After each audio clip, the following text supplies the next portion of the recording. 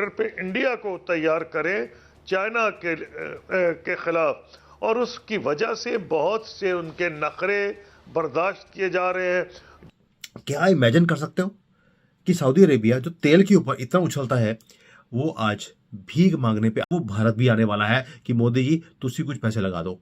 मगर मोदी जी इनको बोल रहे हैं पैसे लगाने के लिए हमारे देश में। आज सऊदी अरेबिया हो सकता है मोदी जी के पास आ जाए, तुसी कुछ करो। इस्लाम के सरबराह मौलाना फजलुर रहमान का कहना है कि हमारा हमसाया मुल्क भारत सुपर पावर बनने जा रहा है और पाकिस्तान डिफॉल्ट होने के करीब है। उनका बात ये है कि मैं तो मौलाना फजलुर रहमान साहब की आइडियोलॉजी से बिल्कुल एग्री नहीं करता, लेकिन उनके बयान से मैं 100% एग्री करता हूँ। उन्होंने बिल्कुल ठीक कहा है कि इंडिया जो है इस टाइम सुपर पावर बनने की रेस में। वज़ीर आज़म शहबाज शरीफ को आज सऊदी अरब पहुंचे दूसरा रोज है, लेकिन मोहम्मद बिन सलमान की शहबाज शरीफ से मुलाकात नहीं हुई और हमारे ज़राए ये कंफर्म कर रहे हैं बेकारी को कौन पूछता है कि शहजादा मोहम्मद बिन सलमान ने शहबाज शरीफ से मुलाकात से इनकार कर दिया है। दुनिया हमें भिखारी समझती है।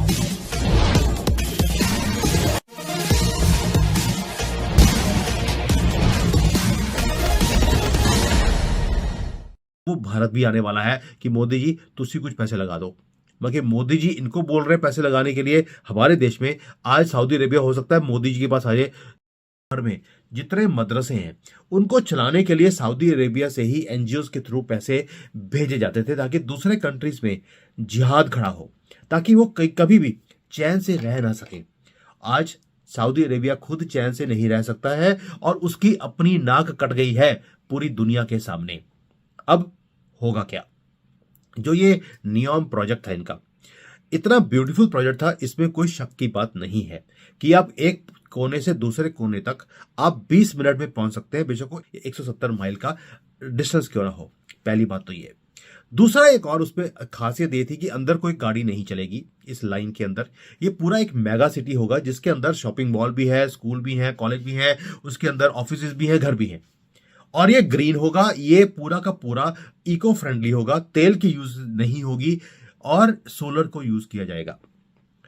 और इस पे कोई भी ऐसा कंसेप्ट नहीं है जो दुनिया में किसी ने देखा हो, दैट मीन्स रेवोल्यूशनरी। लेकिन जब आपने कोई रेवोल्यूशनरी काम करना होता है तो उसके पीछे सिर्फ पैसा नहीं चाहिए, दिमाग भी चाहिए।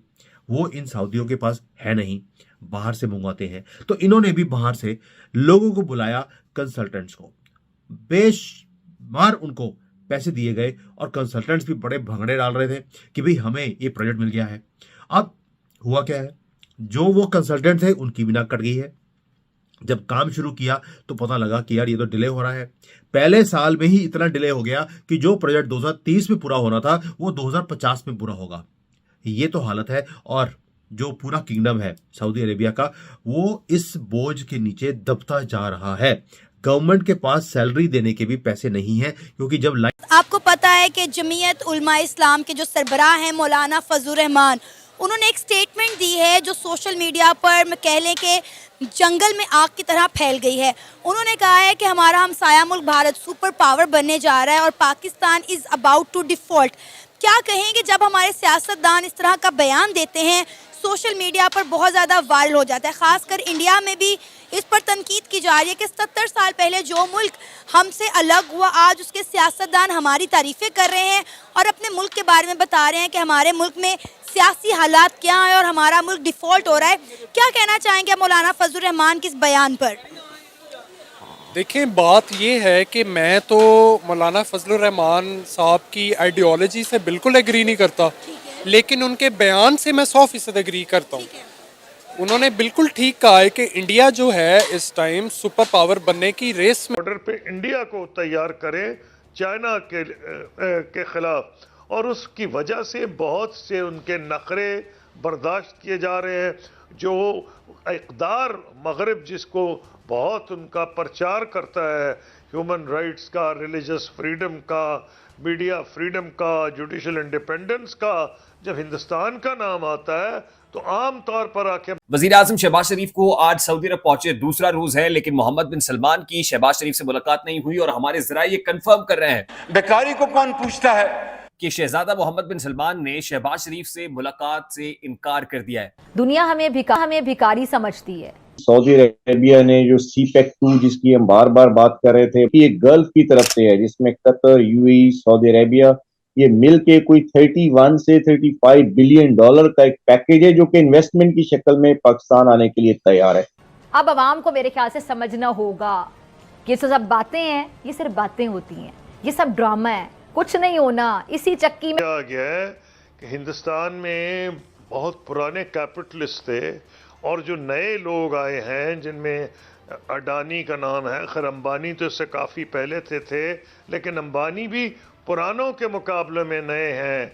बिरलाज और टाटास जो थे, ये ख़ास तौर पे वो लोग हैं, मसलन ये दोनों गुजरात से ताल्लुक़ रखते हैं और प्राइम मिनिस्टर मोदी को अडानी तो इन पर्टिकुलर ये समझा जाता है कि उनके बिल्कुल कंप्लीट बैकिंग कर रहे हैं। और अभी जो सुप्रीम कोर्ट के हुक्म पे वहाँ उन्होंने छापी हैं फिगर्स कि जिन्होंने इलेक्शन में फाइनेंसिंग की है वो 70-80% फाइनेंसिंग तो बीजेपी को ही है।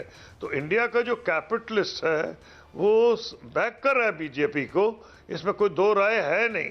बल्कि अफसोस की ये बात है कि राइजिंग मिडिल क्लास जो अमूमन ऐसी अक़दार के प्रचार करती है जो को रोशन ख्याली पे मबनी हो, वो इंडिया की जो मिडिल क्लास का बहुत बड़ा सेक्शन है, अब वो प्राइम मिनिस्टर मोदी को और बीजेपी को सपोर्ट कर रहा है। तो रहे हैं कि भैया आप हमें दे दो। मुझे ऐसा लगता है कि जो भारत की कंपनीज हैं जैसे अदानी अंबानी हैं या जो भी कंस्ट्रक्शन की बड़ी कंपनी है, उन्हें चाहिए कि सऊदी अरेबिया को बोले हम आपके प्रोजेक्ट करने को तैयार हैं, लेबर भी भारत से आएगी, इंजीनियर भी भारत से आएंगे, सब कुछ हम करेंगे। होगा क्या? सिर्फ फंडिंग हमारे से जाएगी, यहां से हमारे बैंकों से, जैसे चाइना करता है। चाइना क्या करता है, दूसरे कंट्रीज में जाकर जब प्रोजेक्ट लेता है तो बोलता है हम आपके कंट्री में $500 बिलियन स्पेंड करेंगे। सुनने में बड़ा अच्छा लगता है, जैसे पाकिस्तान को बोला हम $50 बिलियन आपके कंट्री में स्पेंड करने वाले हैं। क्या चाइना ने $50 बिलियन स्पेंड किए? Answer is yes and no.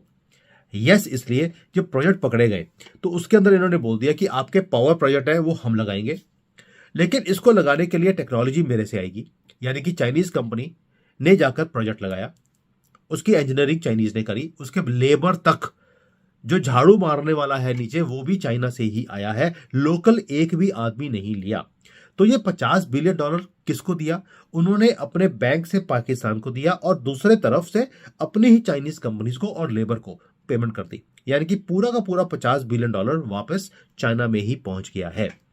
Pakistan को एक भी रुपया नहीं मिला। मिला क्या? $50 बिलियन की उधारी जो वो चाइना को उसको चुकता करनी है। पाकिस्तान के पास तो एक रुपया भी आया नहीं। आप अगर हमसे जुड़ा रहना चाहते हैं तो कृपया मेरे चैनल को सब्सक्राइब करें तथा बेल आइकन भी दबा दें ताकि नई वीडियो की जानकारी तुरंत आप तक पहुंच जाए। धन्यवाद। जय हिंद।